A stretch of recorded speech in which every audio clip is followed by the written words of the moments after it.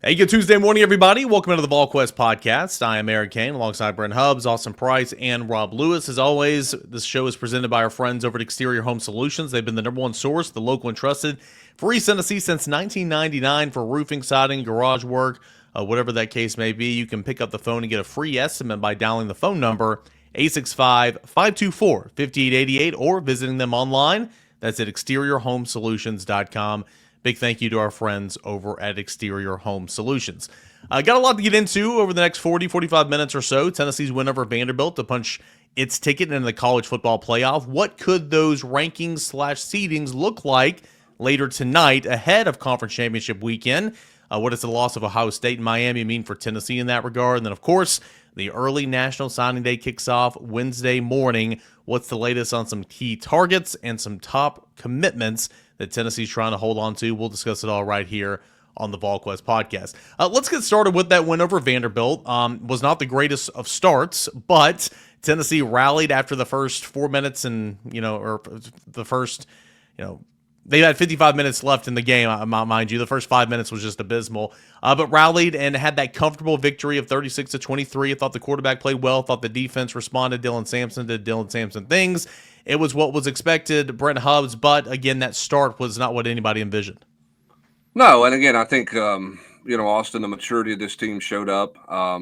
There's some things they could be more mature about, like penalty discipline, but the competitive maturity of this team was certainly on display because there was zero panic at 14-0, and try to get settled in and play football, and that's exactly what Tennessee did.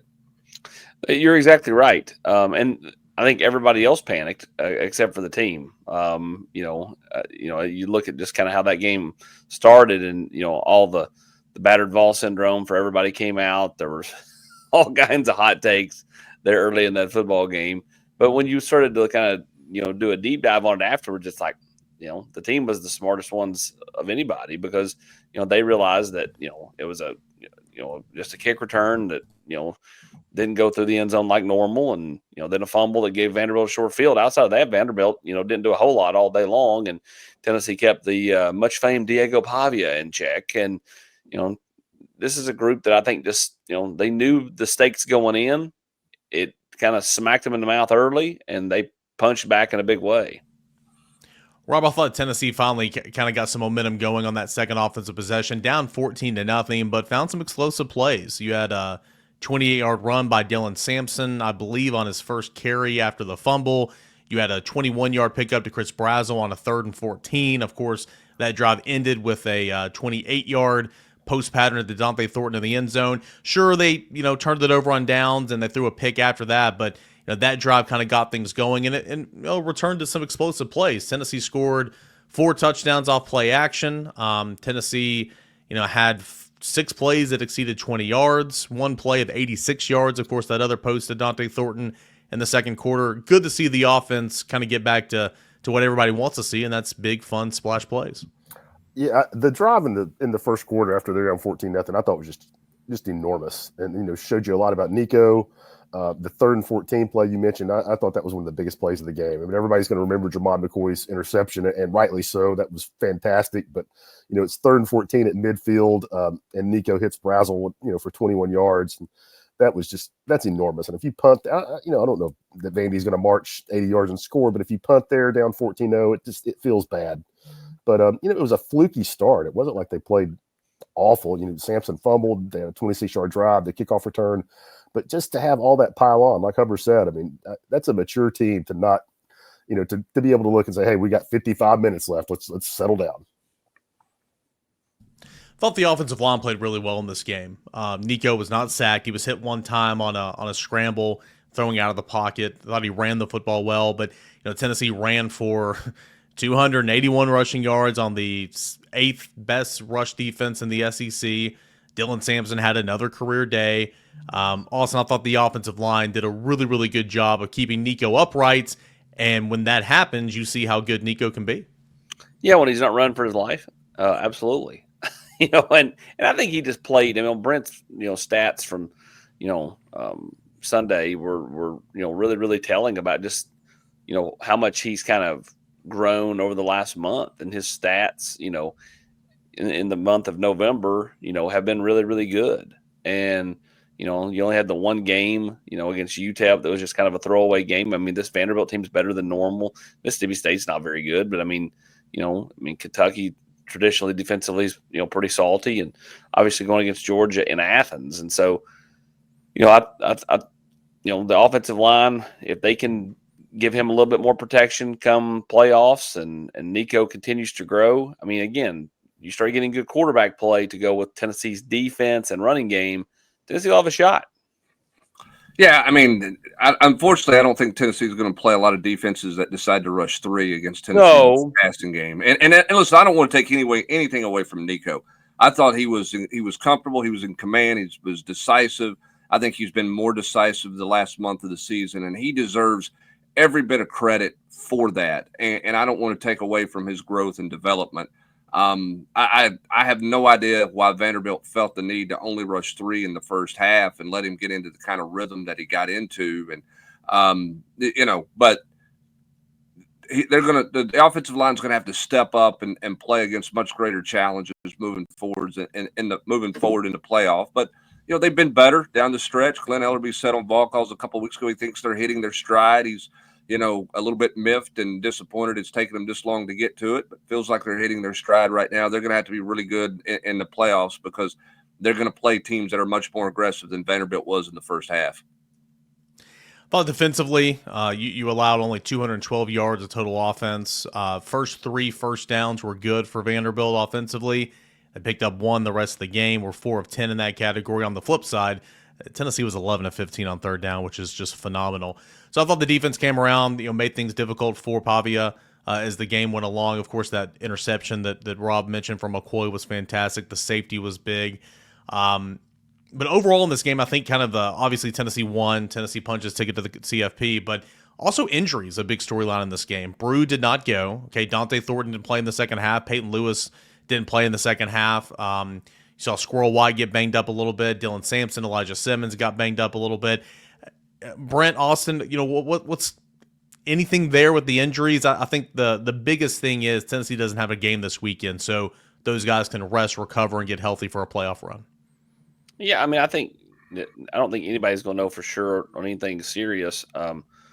Tennessee does a pretty good job of keeping a lot of that stuff kind of under wraps, but it didn't feel like, my litmus test is always like who comes and talks to the media afterwards. Like, Dylan Sampson's sure banged up and he'll rest and recuperate and get treatment. But I mean, he came to the media availability afterwards. So to me, that speaks volumes about like it's nothing serious. Squirrel, on the other hand, Hubbard, that one, potentially could look a little bit worse. So, you do have 3 weeks till you play, and I'd expect Tennessee to, the Dante Thorntons, Brew McCoys, Dylan Sampsons, I'd expect them to do a lot of watching and time in the training room. Yeah, and I mean, I think Peyton Lewis is going to be fine. I don't think there's any concerns there with him. I thought Deshaun Bishop's return was big for Tennessee.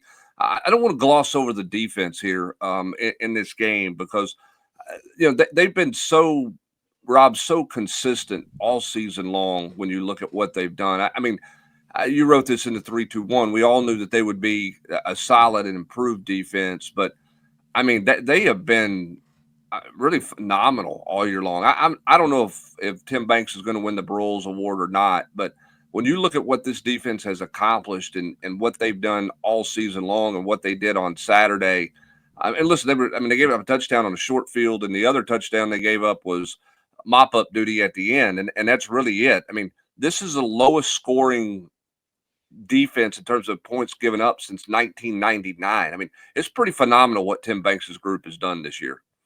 And it's pretty phenomenal when you realize the jump that they made. I mean, they were good against the run last year. I mean, very solid for the past couple of years, actually. But the leap in the pass defense is tremendous. And it's not been a result of the pass rush going crazy. I mean, they were good this year, but they've actually were probably better at getting after the quarterback last year. No doubt.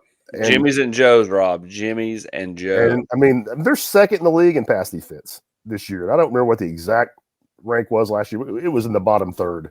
I mean, and they were giving up big numbers. And it's not just Jermon McCoy. I mean, they're getting Ricky Gibson's playing well. Boo's obviously been a nice addition, getting good play at safety.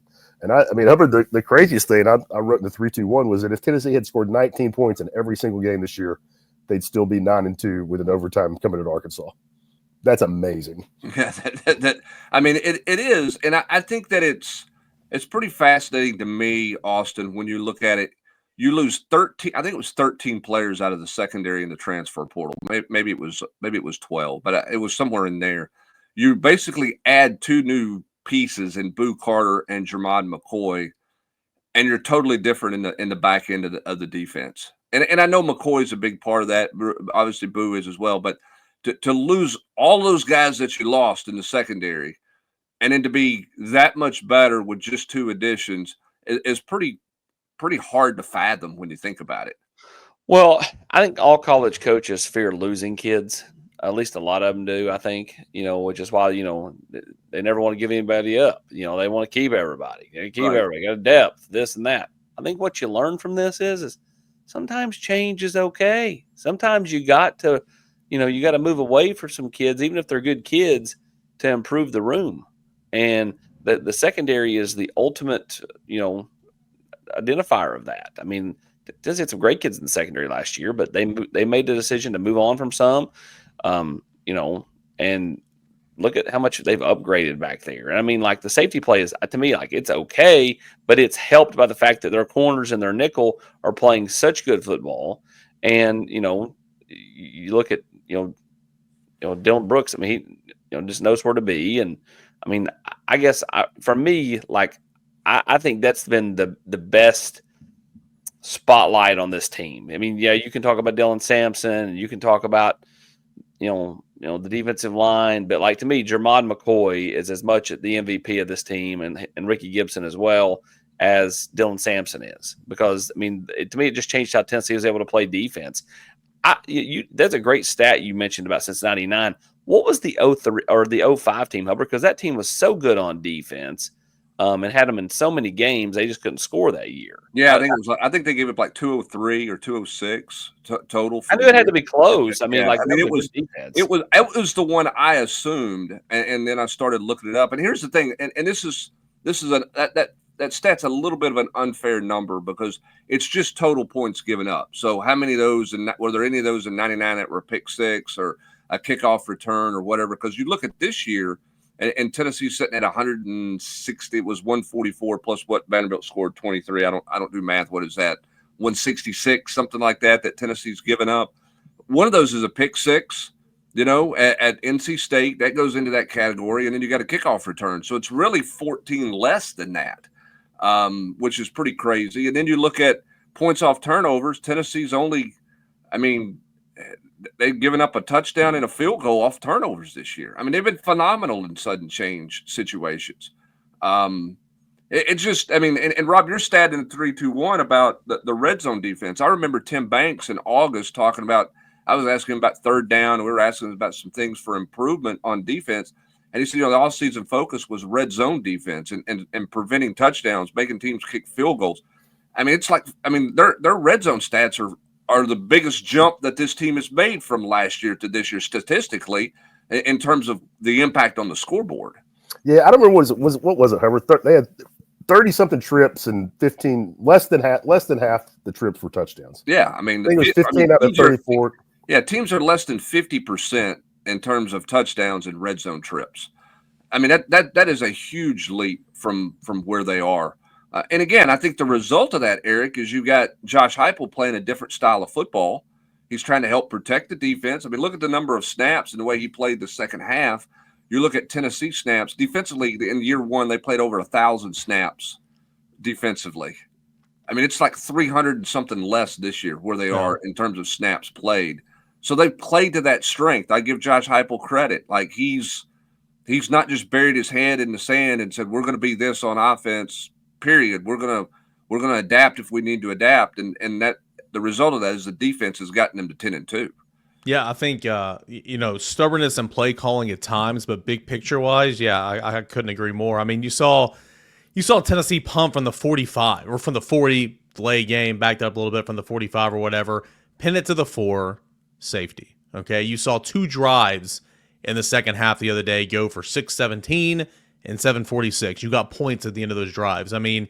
you are helping your defense. And going back to what Austin said about the secondary, yeah, the safety play's been okay. Yeah, it's been, but it's also helped because you're not playing the same two guys back there. You're playing four guys or 3 to 4 guys all year long, and that helps an awful lot. So I think that there's a number of different things that have contributed to why this defense has been so good this year. And of course, they're going to need to continue to be good in the playoffs. Tennessee 36, Vanderbilt 23. Tennessee needed to win, and that playoff prediction percentage or whatever over on ESPN has Tennessee at 97% of chance of making the playoffs. The question is, on Tuesday night, coming up later tonight, where will Tennessee be ranked in the updated rankings?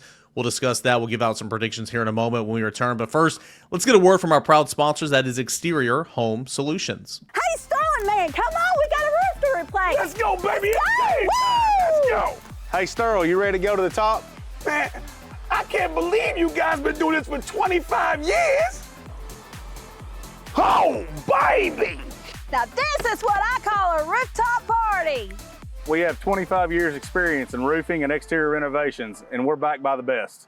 Are you ready to get your rooftop party started? Give us a call, 865-524-5888. Big thanks as always to our friends over at Exterior Home Solutions for being a part of the show. 865-524-5888 online at exteriorhomesolutions.com. Local and trusted since 1999. That is Exterior Home Solutions. Hey, Tennessee football isn't playing this weekend, but it will play again this year. That's the beautiful thing about the expanded playoffs.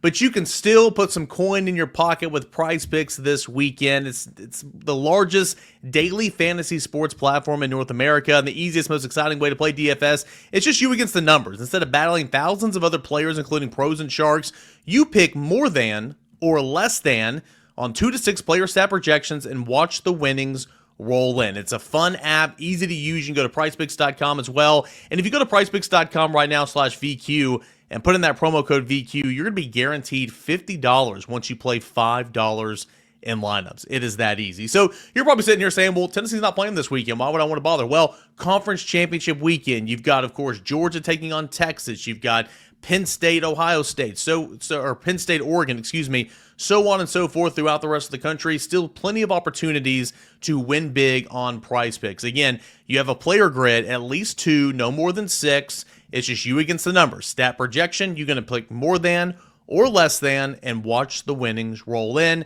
Again, if you put in this promo code VQ, you're going to be guaranteed $50 once you play $5 in lineups. That is $50 once you play $5 in lineups at PrizePicks.com/VQ.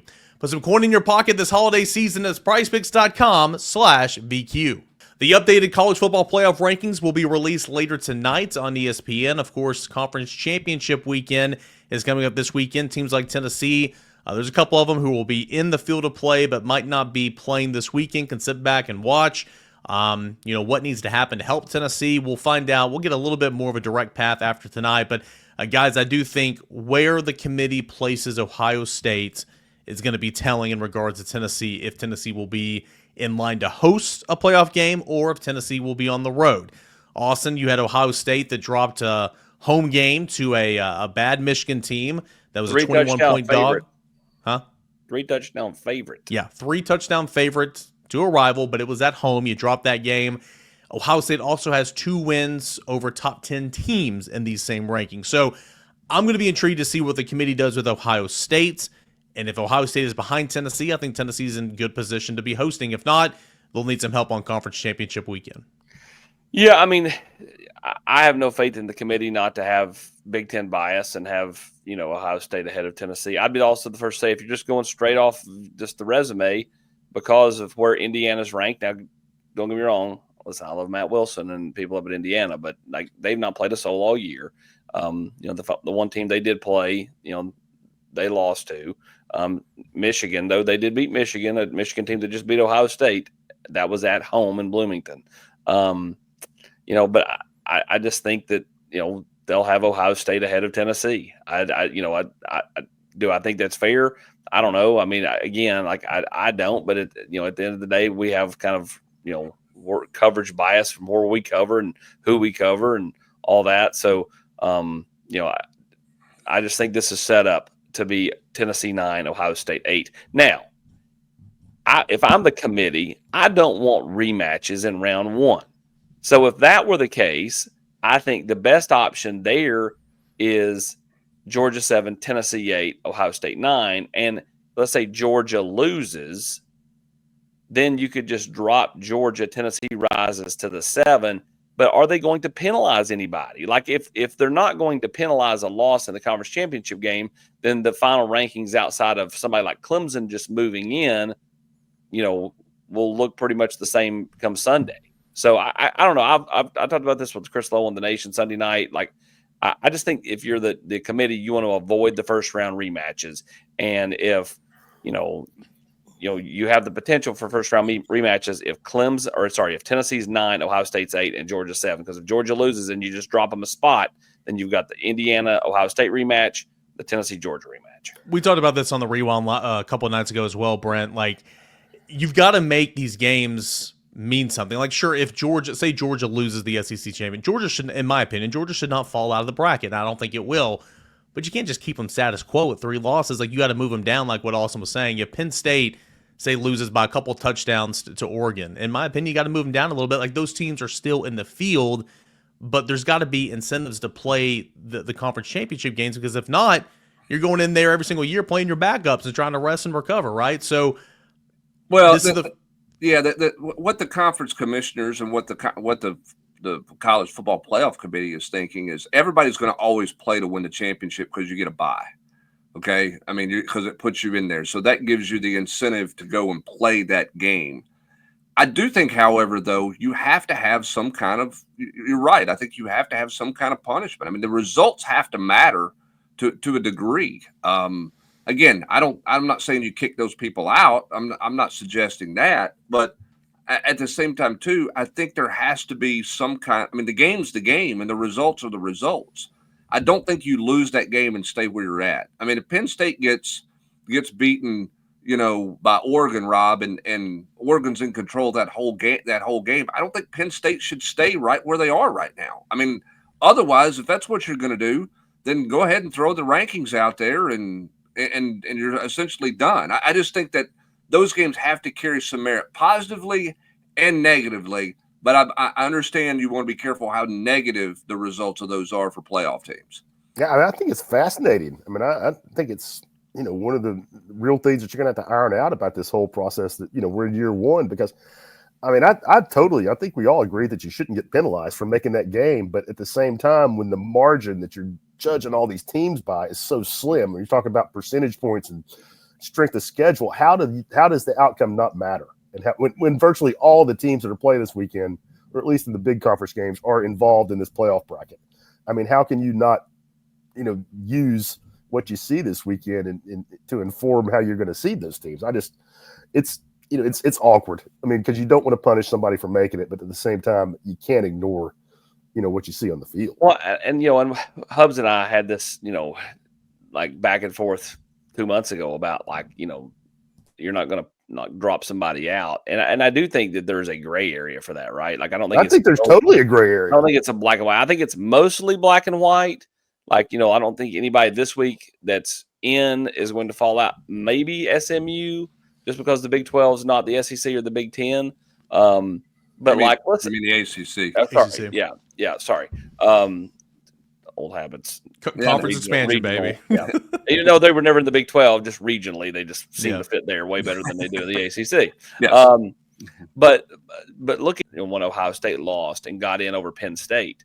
If they just went and got shellacked by Oregon, do they deserve to be in? Right. I mean, I'm with Hubs. Like Penn State hasn't. I mean, we talk about Indiana not beating a soul. What's Penn State's best win? Wisconsin?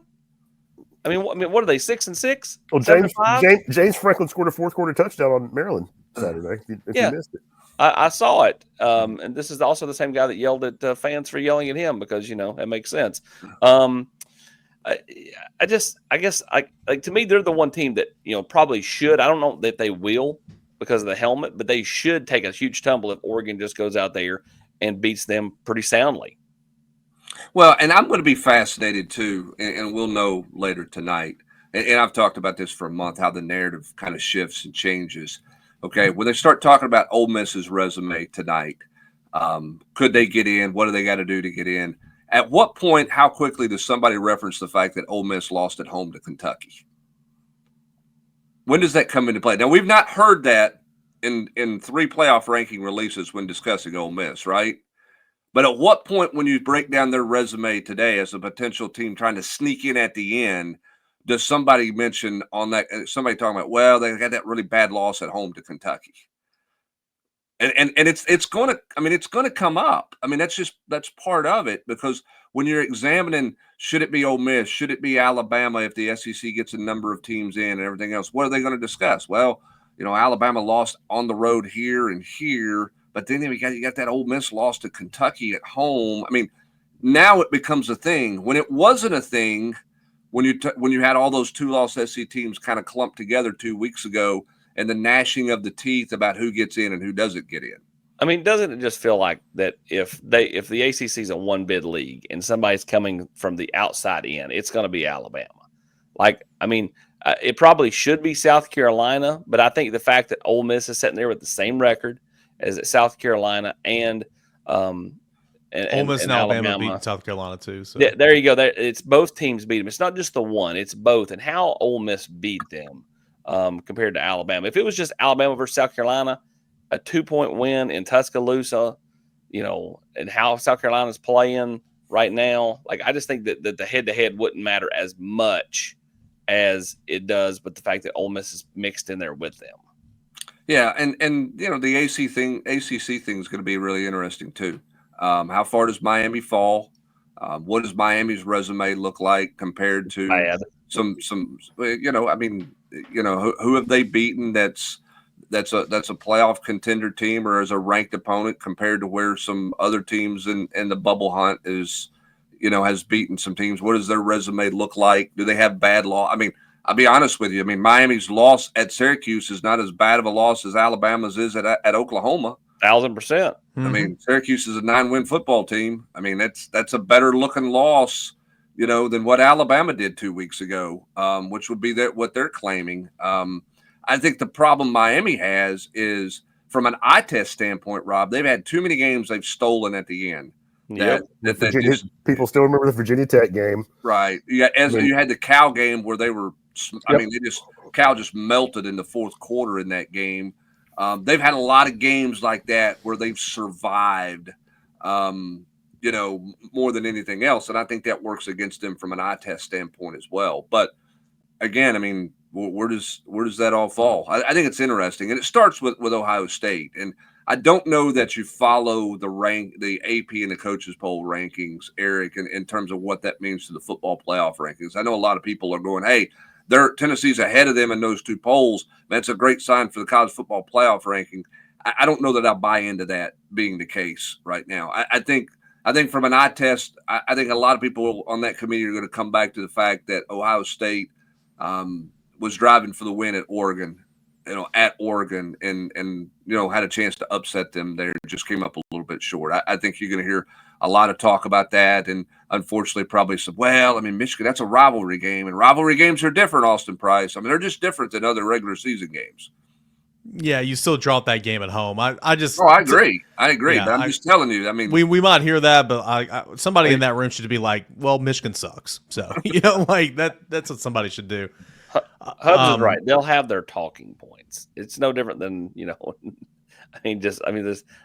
everybody gets the talking points, and then, you just start regurgitating them out. So, I mean, I'm with Hubs. That's why I said when we started this, like, I think Tennessee will be 9. If they're not, I will be pleasantly surprised, and that would be good news for the Vols, because that means they're going to have a home playoff game because they won't drop because they don't play. Yeah, they're going to hang their hat on, in regards to Ohio State, they're going to hang their hat on, in this same ranking that they've made, Ohio State has beaten 2 teams in the top 10. Yep. And that is going to be the biggest driving force for Ohio State in regards to the conversation of how far they drop. Will they host? Will they not host? It's Ohio State has beaten Indiana. Ohio State has beaten Penn State. 2 teams that haven't beaten us. Penn State right there. Penn State. 2 teams that haven't beaten a soul. Yeah. And they lost on the road to the number 1 team in the rankings, and they lost at home by 4 to their biggest rival, their arch enemy. Yeah. Which, again, I think you should be greatly punished for that, because I said this on the rewind.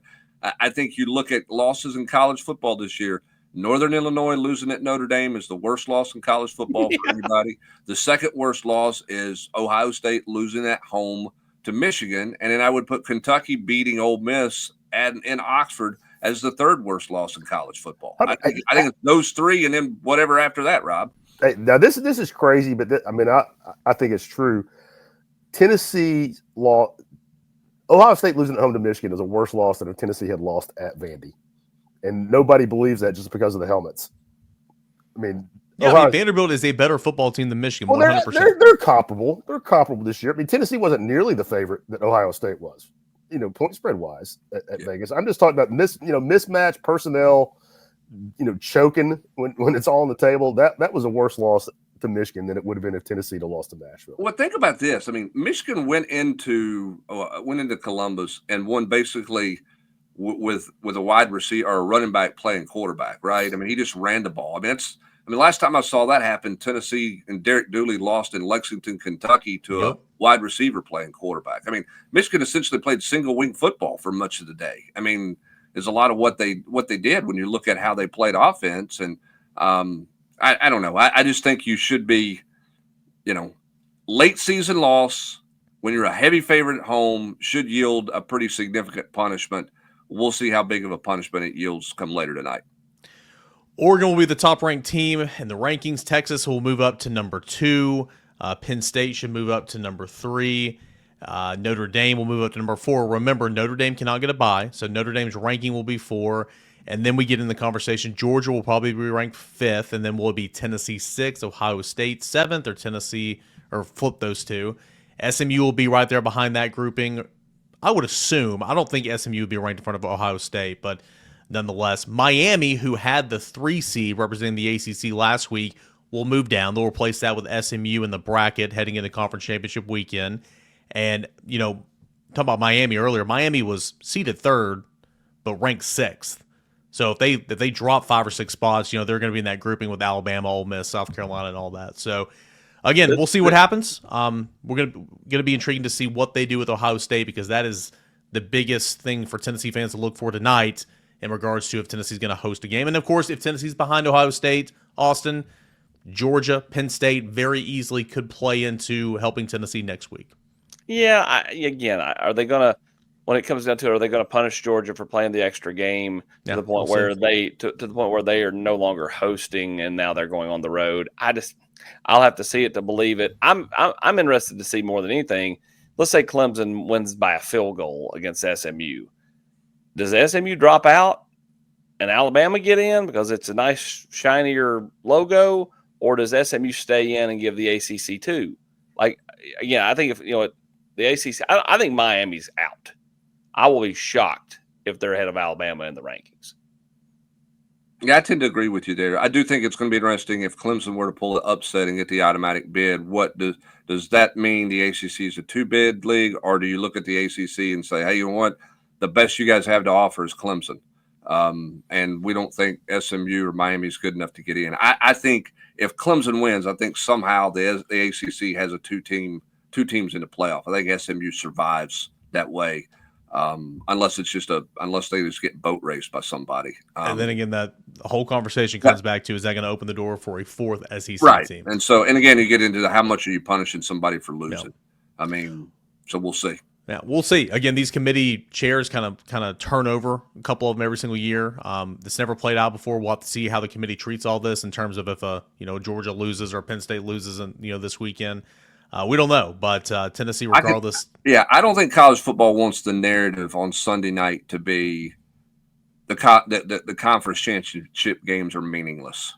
Mm-hmm. I don't think they want that to be the narrative. So, or you should avoid them. They don't want Lane Kiffin to sound right with what he said 2 weeks ago.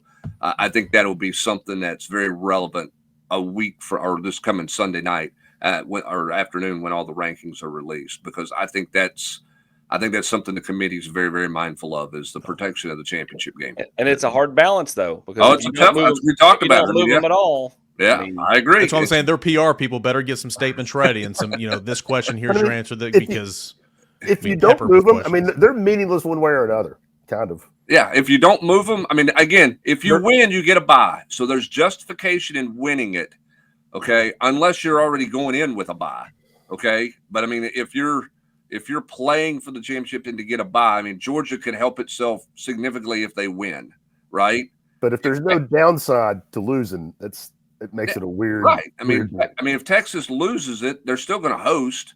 Yes, they'll go to the 5. They'll go to the 5, in my opinion. So I don't know. I think that's going to be. You're right. The PR spin on that deal is going to be pretty wild to see what happens on Sunday, because that's the storyline a lot of people are going to be talking about, or the secondary storyline. Yeah, be a lot of ping-pong. Going to be earning that paycheck, baby. All right, got a couple minutes left. Austin, just on the doorstep of National Signing Day. There's been a lot of talk over the last couple of days with Tennessee's top commit and David Sanders. Of course, Tennessee had a decommitment with Shady Hayward a couple of nights ago. Where's Onis Conanbanny? What about Isaiah Campbell? What about Tim Merritt? Kind of set the scene for us here, heading into, at the time of this recording, to the best of your knowledge, heading into National Signing Day, which will get going tomorrow. And AP, I need percentages. Or it doesn't count. As we said here on, we taped this on Monday afternoon. As we said here on Monday afternoon / Tuesday morning when this runs, things feel like Tennessee will still be able to hold on to David Sanders. Obviously, Isaiah Campbell makes a ton of sense for the Vols. But I mean, you look at Sanders.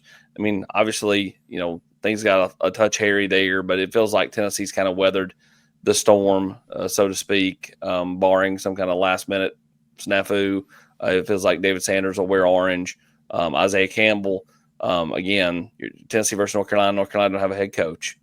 So, I mean, I know you've been saying 2 + 2 is 4. Can we go 3 + 3 is 6? Or 4 + 4 is 8. No. 0 + 0 is 0. As for Shady, man, that Tennessee's gonna keep swinging there all the way till Wednesday. That's a blow. And again, like I said on the message board, I mean, members of his family were unaware that this was even happening, immediate family. And, this is, something that's a bit of a head scratcher for people, around him. And so we'll see, if Tennessee can flip any kind of momentum back. I would say it's an outside shot. I wouldn't call it totally dead. But, obviously, it seems like Florida is going to be the destination here for Shady. And again, we taped this on Monday afternoon, and he could announce anything anytime, or he could wait till just Wednesday. And then Jaden Perlotti, who knows what he's going to do? Like, I could see him not even signing Wednesday. Same thing with Onis. Does Onis sign or does he not sign? I mean, he's kind of been a little bit all over the map as well. And then who was that it? Tim Merritt. Tim Merritt. That one I kind of feel like is leaning Tennessee as of Monday afternoon. But again, Miami's trying to hold on to him there. So, we'll see. So much can happen in these recruitments now. I mean, again, Shady Hayward's posting on Instagram all about Tennessee's big playoff clinching win 1 minute, and then he's at Florida on a secret visit the next. Let me ask you this, AP. Is it a situation where, all right, Shady, you're decommitted right now, Tim Merritt jumps in, boom, I take your seat at the table. Could they give them all? Is it a first? No, they were planning on taking Tim Merritt with Shady Hayward. So, okay. I mean, it's not an either or deal. Okay. Could they take all those two plus Onis and have room in the class for all three of them? Yes. Okay. You mentioned as well a couple of those guys. Anybody else that we haven't even touched on that might wait until Thursday or Friday to sign, or February, or is everybody else in the class, expected to go ahead and put pen to paper on Wednesday morning? Everybody, as far as I know, is expected to put pen to paper come Wednesday. So, I mean, also, I know we're about out of time here, but I think it's pretty interesting. In years past, Rob knows this because he's covered it as well. In years past, I mean, he basically called you old, Rob. That's basically what he just did. We are. If the shoe fits, we're but I mean, the final 48 hours was this frantic, just desperation. Can't lose this guy. Can't lose this, and all kinds of crazy things and zany things might be going on. You think it's still the case now, or do you think some coaches are going, you know what, we'll go to the portal? I got to fall back. I got the portal if I need to. I'm not getting into just the absolute zaniness in the last 48 hours of hiding people out or whatever case may be. We'll just, if it doesn't, I asked this because on the board, everybody's like, well, the sting factor, if you will, for decommits doesn't feel as significant as it used to because of the portal. Is that the case with college coaches as well, Austin? Yeah. I mean, I think that, each situation is different. I think in some instances, like, you're going to absolutely fight to hold on to a kid. And in some instances, you're like, okay, I'm not paying that. And, we'll just go to the portal and get somebody else. Like, here's the thing. When you're bringing a high school kid in, the likelihood is they're not going to play right away, no matter how much they all want to believe it, right? Like, I mean, just I'm not saying, like, whatever the percentage is, if it's 30% chance you can play early, right? 70% chance you're not. And so, I just think when it gets into a bidding war late, when it gets into some nonsense, a bunch of college coaches are just going to make that decision to punt and go to the portal and call it a day. And unless you have someone that they just feel like they cannot lose. So I think each situation is different, and that's just kind of how they look at it. We got a lot going on right now over Volquest.com. You've got the early signing day starting tomorrow. Tennessee in the college football playoff rankings. That'll be later tonight. It's Sunday, Selection Sunday. We'll see exactly where Tennessee is going to be playing, who Tennessee will be playing against. Basketball season's happening right now. Transfer portal window is going to open up on next Monday. I know we just got done doing an incredible deal, but hey, come and join us over at Volquest.com right now. It is truly the silly season, and we got notes on the Journal's Quarters all day long, Brent Hubbs. It's a really, really fun, active community, and you get it there first and from the standard in Tennessee Volunteers coverage. Yeah, absolutely. And you want to be a part of everything at Volquest, so don't miss out on anything. Matt and Austin and everybody's going to have recruiting stuff, and Grant and Rob are going to have basketball covered. I mean, this basketball team is really good. I mean, we're 43 minutes in, and I know that the college football playoff topic is center stage, but basketball is getting ready to take center stage here, and it's a good basketball team. So lots to discuss, lots of things going on. You don't want to miss out on all of it at Volquest, and certainly come join us in the conversation because it's lively.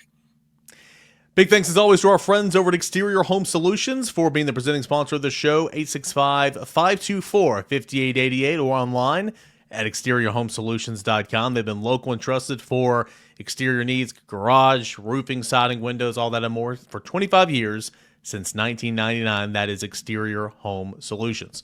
For Rob Lewis, Austin Price, Brent Hubbs, I'm Eric Kane. Appreciate you guys for joining us here on a Tuesday morning Volquest podcast.